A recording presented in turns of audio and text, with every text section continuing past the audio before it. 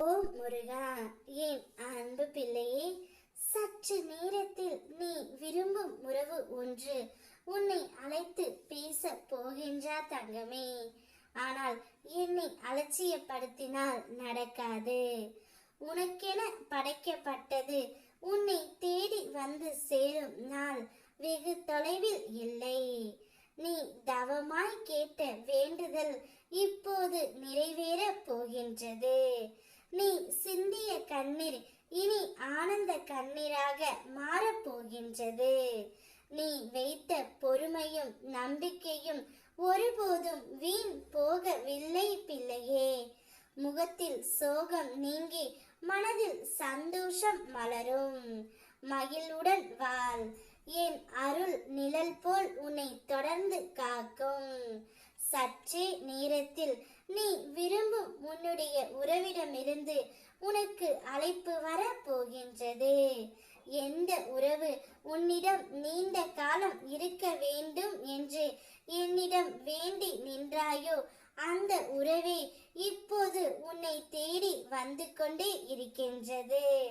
அதற்கு முன்பாகவே உனக்கு அழைப்பும் அந்த உறவு கொடுக்க போகின்ற தங்கமே. அப்போது உன்னுடைய மனம் எவ்வளவு சந்தோஷம் அடையும் என்பது எனக்கு தெரியும். உன் சந்தோஷத்தை பார்க்கவே நான் இங்கு காத்து கொண்டு இருக்கின்றேன் பிள்ளையே. என்னுடைய குழந்தையின் ஆனந்தமே என்னுடைய ஆனந்தம். அவருடைய முகத்தில் எப்போதும் சிரிப்பு இருந்து கொண்டே இருக்க வேண்டும் என்பதே உன் முருகன் அப்பாவின் உச்சபட்ச ஆசை. அந்த ஆசையை உனக்கு நான் நிறைவேற்றி கொடுப்பேன்.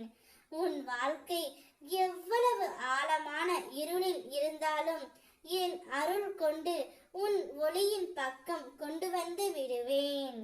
எதுவும் தாமதமாகவில்லை. உனக்கு உரியது நிச்சயம் வந்து சேரும். உன் மனம் சில நேரங்களில் சந்தேகத்தையும் பயத்தையும் கொடுக்கலாம். ஆனால் அவற்றை நம்பாதே. ஒவ்வொரு நாளும் சிறு சிறு முன்னேற்றம் உன்னிடம் சேர்ந்து விரைவில் பெரிய மாற்றத்தை உருவாக்கும் பிள்ளையே.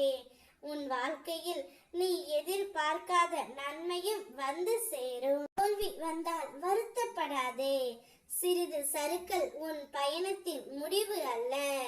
இது உன் வாழ்க்கையில் வரும் பெரிய வெற்றிக்கான ஓர் இடை நிறுத்தம் மட்டுமே.